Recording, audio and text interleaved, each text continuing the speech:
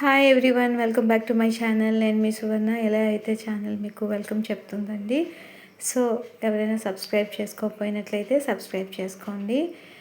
ఈరోజు శ్రావణ మాసంలో last Friday అండి. పేరెంటానికి వెళ్తున్నాను అనమాట. ఇన్విటేషన్ వచ్చింది రమ్మని. సో మీతో కొన్ని టాపిక్స్ అనేది షేర్ చేసుకుందాం అనుకుంటున్నాను. ఒక చిన్న కథ అనేది స్టార్ట్ చేస్తానండి. ఒక వ్యక్తి ప్రతిరోజు కూడా ఒక నదీ తీరానికి వెళ్ళి రిలాక్స్ అయ్యేవాడు అనమాట.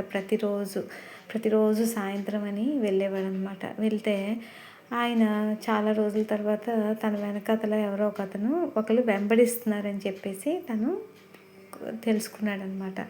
వెనక్కి తిరిగి చూస్తే ఎవరు కూడా లేరనమాట. మనుషులు ఎవరు కనిపించకపోతే యథాలాపంగా కిందకి చూసేటప్పటికి 2 పాదముద్రలు అనేవి మాత్రం కనిపించాయి అన్నమాట. చాలా దూరం నుంచి వెంబడే వస్తున్నాయి అనమాట. ఆయన చాలా ధైర్యవంతుడు అనమాట.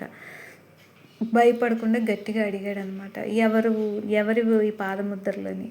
ఈ బాక్సులన్నీ కూడా రిషి వాళ్ళ అమ్మగారు పంపించినవండి. ప్రసాదాలతోటి ఈ బాక్సులన్నీ వాళ్ళకి పంపించాలి. సో ఇది ఒక చిన్న తులసి కోట అనమాట. ఈ తులసి కోటని మాకు తులసి కోట రాదండి. అందుకే ప్రమిద రూపంలో నేను దేవుడి గదిలో దీపం పెట్టుకుని అదొక విధంగా నేను హ్యాపీగా ఫీల్ అవుతాను అనమాట. చిన్న అల్ప సంతోషిని అనమాట నేను.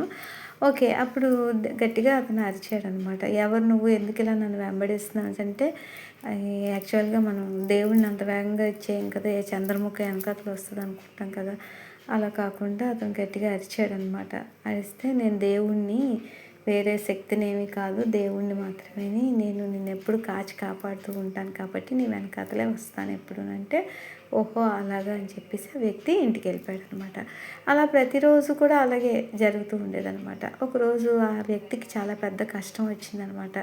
చాలా బోరుమంటూ ఏడుస్తూ నదీ తీరానికి వచ్చాడు. చాలాసేపు కరువు తీర ఏడ్చిన తర్వాత మళ్ళీ ఇంటికి అనేది బయలుదేరాడు అనమాట. బయలుదేరుతూ అకస్మాత్తుగా అతనికి ఆలోచన వచ్చింది. రోజు నా వెనకాతల దేవుడు వస్తున్నాను అన్నాడు కదా, నాకు ఇంత కష్టం వచ్చింది కదా, నన్ను ఎందుకు మరి నన్ను సేవ్ చేయలేదు, అసలు నా వెనకాతలు వస్తున్నాడో లేదా అని చెప్పేసి వెనక్కి తిరిగి చూస్తే 2 పాదముద్రలు లేవు.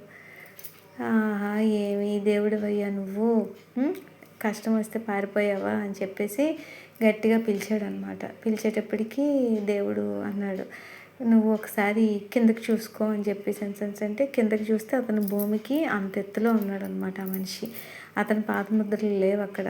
ఓన్లీ ఒక జత మాత్రమే పాదముద్రలు ఉన్నాయన్నమాట.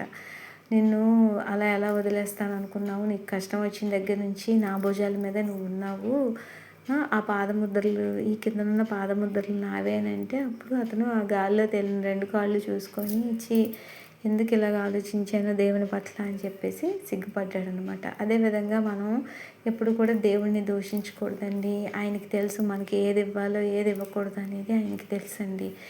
ఆయనకన్నా నెంబర్ 1 క్యాలిక్యులేషన్స్ ఇంకెవరికి ఉండవన్నమాట.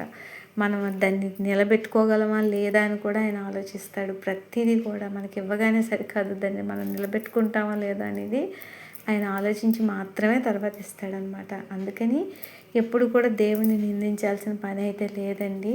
మన తాలూకా అన్నీ కూడా మన శక్తి సామర్థ్యాలని పెంచుకోవాలి. ఈ చాలా హెక్టిక్ అవ్వడం వల్ల తల్లిని ఇలాగే అలంకరించుకొని చేసుకున్నామండి. నా పిల్లలు, హస్బెండ్ బాగా హెల్ప్ చేశారు. ఎందుకంటే పెళ్ళిళ్ళు వరుసగా ఫంక్షన్స్, పేరెంటల్ అన్నీనండి, చాలా ఎక్కువైంది. ఈ వారం చాలా బిజీ అయిపోయి లాస్ట్ వీక్ చేయలేదు, ఈ వీక్ చేసుకున్నాను అనమాట. నేను 3rd వీక్ చేసుకున్నాను, 4th వీక్ శ్రావణ మాసం కాకుండా. సో అలాగా దేవుడు అనేవాడు ఎప్పుడు కూడా మనల్ని ఎప్పుడు కూడా కాచి కాపాడుతూ ఉంటాడండి. ఆయనతో డీలింగ్స్ ఎప్పుడు పెట్టుకోకండి. ఆయనకి ఇచ్చేవాళ్ళ మీరు, నీకు ఈ ముడిపేస్తాను, అదే వేస్తాను, ఇదే వేస్తాను అంటుంటారు చాలామంది. నిజంగా ఆయనకి మీరు ఇవ్వాల్సింది ఏంటంటే వేరే వ్యక్తికి సహాయం చేయండి. ఆ డబ్బుని ఖచ్చితంగా ఆయన మీ తాలూకా జెన్యూన్ కోరిక అయితే ఖచ్చితంగా తీరుస్తాడు. ఈ పండు అనేది చాలా కాయలాగా ఉండిందండి, కిందటి వారం తెచ్చినవి ఇప్పటికి పండేయి. అలాగే మనం కూడా గ్రాడ్యువల్గా మనం మెచ్యూరిటీ లెవెల్స్ ఉంటే కనుక మన ఆలోచన పరిధి కూడా ఇలాగే ఉంటుంది అనమాట. ఫ్రెండ్స్, కథ నచ్చినట్లయితే లైక్ చేయండి, షేర్ చేయండి, సబ్స్క్రైబ్ మై ఛానల్.